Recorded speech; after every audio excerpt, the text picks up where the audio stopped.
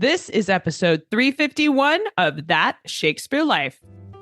Just like the work of William Shakespeare, That Shakespeare Life is powered by our patrons. Listeners just like you can have a hand in the making of our show and access bonus history content when you sign up as a patron. Learn more at patreon.com/thatshakespearelife and stay tuned for even more details. Hi, I'm James Lowland, the director of the Shakespeare at Wyandotte program at the University of Texas. Another great method for studying the life of William Shakespeare includes listening to this. It's That Shakespeare Life with my friend Cassidy Cash.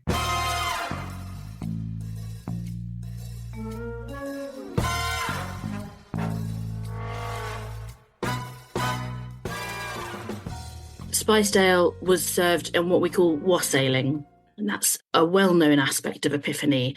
And there's some suggestion that the spices in the ale remind us of the fragrant frankincense and bitter myrrh, which prefigure the herbs and spices of Christ's entombment. Welcome to That Shakespeare Life with Cassidy Cash. Cassidy believes that if you desire to successfully learn or perform Shakespeare's plays, then understanding the real life and history of William Shakespeare himself is a must. That Shakespeare Life is the podcast that helps you go beyond the curtain of some of Shakespeare's most iconic works and explore the world of early modern England as Shakespeare would have lived it, learning from the writers, historians, and performers who know it best. And now, here's Cassidy. January 6th is the day that many celebrate a holiday called Epiphany, the first manifestation of Jesus as the Son of God to the Gentiles, which happened through the visit of the Magi, or the three kings, who visited Jesus and brought him the now famous gifts of gold, frankincense, and myrrh. The holiday was celebrated in Shakespeare's lifetime and continues to be celebrated today. But just like today, there was a wide variety of cultural and regional differences in how you would actually celebrate this holiday. Here today to walk us through what Epiphany is and what we could have expected to see and experience if we were celebrating this holiday during the life of William Shakespeare is our guest, Beatrice Groves. Dr. Beatrice Groves is the research fellow and lecturer in Renaissance English at Trinity College, Oxford. She has published books on both Renaissance literature and on the literary allusion in Harry Potter. She has recently published a number of articles on Shakespeare, early modern marginalia, and the Psalms, and is working on a monograph on early modern sonnets and psalms. You can find more about Beatrice's work on Harry Potter, as well as her dedicated blog, all listed in the show notes for today's episode. Before we dive into our conversation today, I want to let you know that there's coordinating visual history content that goes along with our conversation today. This includes museum artifacts, research articles, paintings, and woodcuts, all about the celebration of Epiphany for Shakespeare's lifetime. These are available for patrons of our show, and you can access them by finding the Patreon button on our show notes page. The show notes this week are CassidyCash.com/episode 351. Again, that's CassidyCash.com/EP351. And you can go there if you'd like to explore the visuals while you listen to the show. And now let's dive into the history. Hello, Beatrice. Welcome to That Shakespeare Life. Hello, Cassidy. It's lovely to be here. Thanks very much for inviting me. Modern day celebrations of Epiphany sometimes refer to it as Little Christmas because it marks the end of the Christmas holidays. Would Epiphany have been celebrated as part of the Christmas season for Shakespeare's lifetime? Yes, absolutely. So it really is the 12th day of Christmas. So there's some confusion over this over the years as to whether it's January the 5th or January the 6th. But basically in Shakespeare's time, Epiphany is the 12th day of Christmas, and 12th night is the night of Epiphany, not the night before. So it's absolutely the apotheosis of the Christmas celebration. And Ronald Hutton, who is the man on this on the topic of celebrations at this time, says that the festivities of that night were the most sumptuous of the whole year.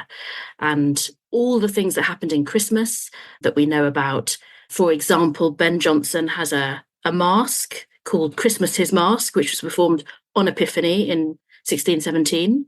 And he talks about lords of misrule, carols, mince pies, gambling, mumming, which doesn't mean what we mean by mumming, but people in sort of masks or pied suits, and wassailing. And that celebration of Christmas in a masque called Christmas's Masque was performed on Twelfth Night on Epiphany.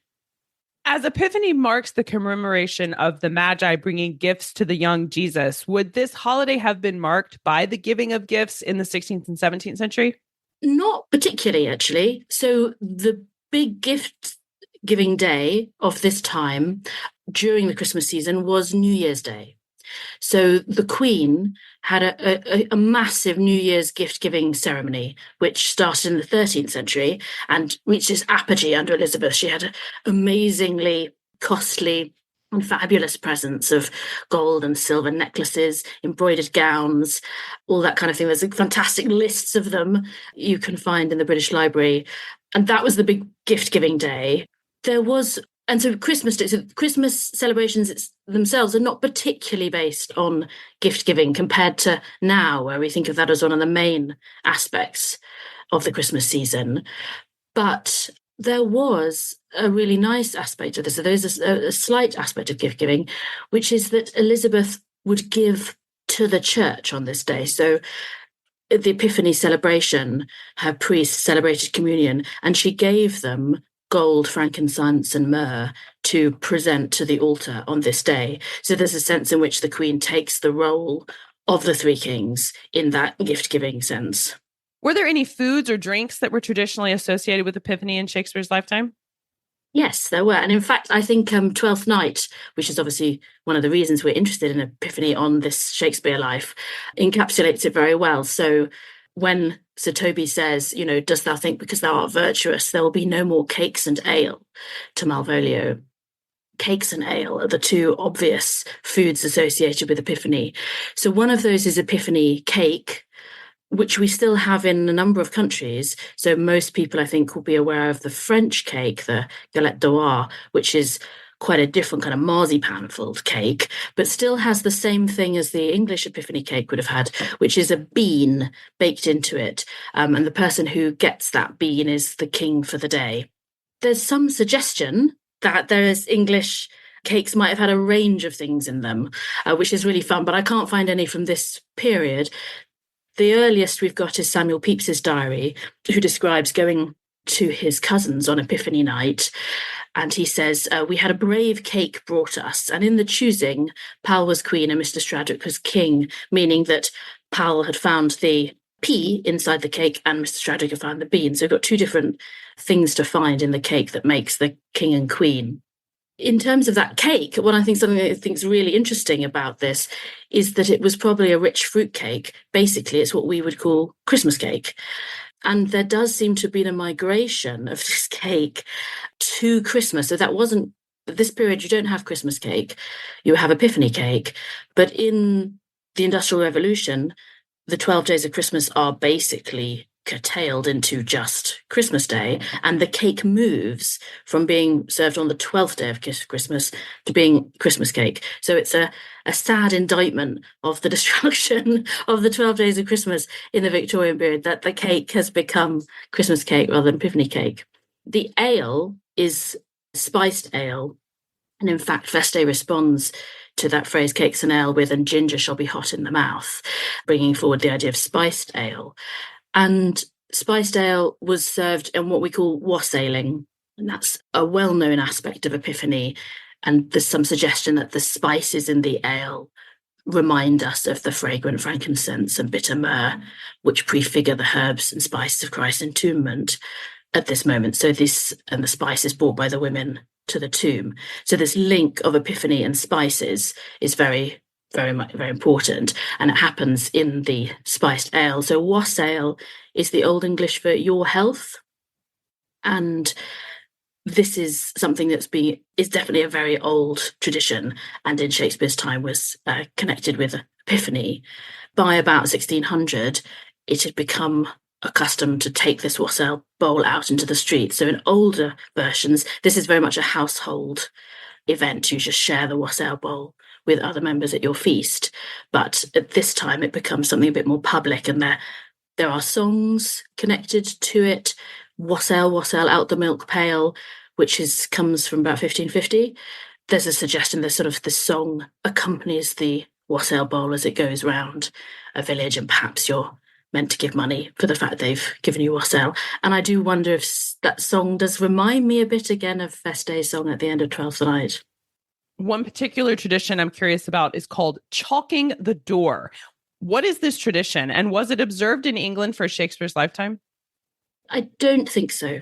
So it's something that's become very much associated with Epiphany now, and in Anglican circles in England at least, I don't know if it's the same in America, it's become very popular.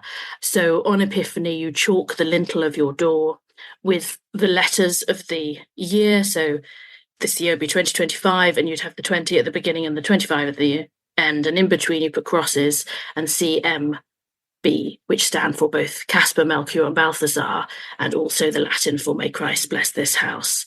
This is apparently a medieval tradition in Europe, but I haven't found any evidence for this happening in England, and I think it's a pretty recent co-opting from other Christian traditions. So if you'd traveled around to outside of England for this time period, you might have seen this, but it wasn't going on in England itself. No, that's right, yeah. I understand that the theater performances were a favorite way for the English to celebrate Epiphany, particularly at the court of King James VI. Can you tell us more about how plays formed an integral part of Epiphany celebrations for Shakespeare's lifetime? Yes, so that's right. So under Elizabeth and before her, theatrical performance and some kinds of hobby horse things to do with performance were definitely part of the 12 days of Christmas and were a major part of the general Christmas celebrations. But it's James who established a pattern of actually having a play every evening during the 12 days, culminating in a masque on 12th night on Epiphany. And in fact, half of Ben Jonson's masques were performed on Epiphany. It fits very well with the meaning of Epiphany. Literally, the word means to manifest, a showing. And that seems to me brilliantly encapsulated by the idea of putting on theatre, putting on something that you see. So that seems a clever way of doing it, as well as just being fun. And if you look at Ben Jonson's masques that were performed in Epiphany, a number of them do seem to resonate with that timing. So he has Epiphany masque. They're praising the king explicitly by saying there's some sort of greater thing here than the pagan gods in the masque. But they do seem to be sort of more obviously linking to Christ as the showing of Christ to the three kings. So just to give you some examples from Jonson's Hymenae, which was performed in Epiphany in 1606, one of the characters says, "What more than usual light throughout the place extended makes Juno's fane so bright? Is there some greater deity descended?" And officially that's sort of a decorous praise to James as the greater deity. But it does seem obvious, if that's performed on Epiphany, that the greater deity is in fact Christ. Were there any Shakespeare plays that were performed during these 12 days under James? I mean, do we have records of him being called upon at all? No, really, sadly, we don't. And obviously, we assume that Twelfth Night was an Epiphany play, because otherwise it's a strange name. This is the time it's when... It's certainly named appropriately. So it's named for Epiphany, and Epiphany was a big time to put on plays. So it seems clear that it would have been performed at Epiphany, but there's no actual proof of that. No record. That's too bad. Maybe we'll find it. It is disappointing. There are some other Elizabethan plays, 2 plays by Lilly, which say on their frontispieces that they were performed on the 12th day at night. And that's another really good example of saying they called Epiphany evening, the 12th day is Epiphany, it's night, 12th night. So it's a nice Elizabethan example of 12th night, meaning the evening of Epiphany rather than the night before. I think I am wondering whether or not Ben Jonson would have been responsible for all 12 plays. You said it's a play every night and then it culminates in a masque. And we know Ben Jonson was called upon to do the masque, but would he have been responsible for the plays as well? Or would it have been a different playwright every time? No, that's right. There's different time every time. And there might be new plays, or there might be some old favourites coming up. We haven't got sort of complete records, but the records that we have, and they're not particularly Johnsonian, those plays. Epiphany has many regional variations, which we've touched on here with the chalking of the door not happening in England. So different areas of the world celebrate this different ways. And some of those differences can be quite substantial. For England in the 16th and 17th centuries specifically, what were the uniquely English ways of celebrating this holiday? Things that might have gone on in England that weren't necessarily happening in neighboring countries? The main one, I think, is that wassailing. So wassailing would have happened everywhere in terms of feasting and celebrating, sharing alcohol within the household. But the specific version of wassailing, which has become popular nowadays, so there's been very much a sort of, perhaps just in the last 30 years or so, wassailing has really been revived in England. But the specifically English version of it, which is taking the wassail cup out to an orchard and blessing the apple trees with it. And the first ever evidence of that happening is from 1585. So it's absolutely slap bang in Elizabeth's reign. And there isn't any evidence of people wassailing orchards outside England. It carries on in England. So we've got a nice poem from Robert Herrick in the 1630s, where he says, "Wassail the trees that they may bear, you many a plum and many a pear." And again, it carries on in diaries in the 17th and 18th centuries. So this does seem to be a specifically English form of wassailing. Well, this is a delightful look at the history of Epiphany and how it would have been celebrated for Shakespeare's lifetime. And I know we're excited to learn more. What are some of your recommended resources that you can point us towards that would be a good place to begin if we are new to this history and want to learn more? So the first place would be the Ronald Hutton book I mentioned earlier, The Rise and Fall of Merry England. He published that in 1994, and it's still the go-to book for if you want to find out the ways in which feasts were celebrated in Shakespeare's England. There's also a fantastic blog by Eleanor Parker. It's called the Clerk of Oxford blog. And she has done more than anyone to popularize and link together, in her case, much more ancient liturgical festivals and ancient celebrations. So she looks particularly at Old English, but it's fascinating and really opens up to people the way in which the liturgical year has operated through time. I also do a bit on my own blog, nothing like that, but my own Twitter which is at Beatrice Groves 1. I follow through, I post every day with something about the season and often linking it into poetry or the liturgical year. We will place links to all of these resources, as well as direct links to Beatrice's Twitter X account that you can follow. So if you would like to follow along with more history, so you can find those in the show notes for today's episode. Stay tuned for the URL for where to find those. Beatrice, we ask everyone this next question here at That Shakespeare Life, and that's, what's the one book you would take with you on a deserted island? My friends in England tell me I'm supposed to allow you the complete works of Shakespeare and a copy of the Bible, so your choice would be in addition to those. Well, my boring practical answer would be the SAS Survival Handbook, which means that I would survive on my desert island in order to be able to read my Shakespeare and Bible. To cheer me up, it would be the complete works of P.G. Wodehouse, which I think I would need if I was abandoned on this island. I think between your survival handbook, Shakespeare, the Bible, and your complete collection there, you would be set up. You would survive for sure. So what's next for you? What are you working on now that you're excited about? I'm working on a monograph on psalms and sonnets in early modern England. And as sort of preparatory to that, doing a number of things. So at the moment, I'm working on an article on Shakespeare's being influenced by a specific version of the Psalms called the Whole Book of Psalms, which people have slightly overlooked as an influence for him. So I've been really enjoying that. I have also just published a piece on Shakespeare and plant lore for the Renaissance World, Routledge Resources Online piece. So those are my two sort of Shakespeare things that are going on at the moment. I do also hope to write another book about literature and Harry Potter. So I've written a book on literary illusion and Harry Potter, which was very enjoyable to write, and it's been very enjoyable to be involved in the fandom about, and I think I'll write another one of those. Well, we are always on board for learning more about Harry Potter, and I'm excited about the influence on Shakespeare by the Psalms and wish you the very best of luck with your work on the plant lore as well. Lots of fun things coming from Beatrice Groves. We'll look forward to reading that. Thank you so much for being here this week and talking with us about the history of Epiphany. This has been a fun conversation, and I appreciate you being here to share it with us. Thanks very much for the invite. I've really enjoyed it. The list of resources and recommendations Beatrice has provided for you, along with links to her work and where you can find out more about Harry Potter, as well as literary illusion and more on her plant lore and all the things, are available in the show notes for today's episode. You can find this at CassidyCash.com/episode 351. That's CassidyCash.com/EP351.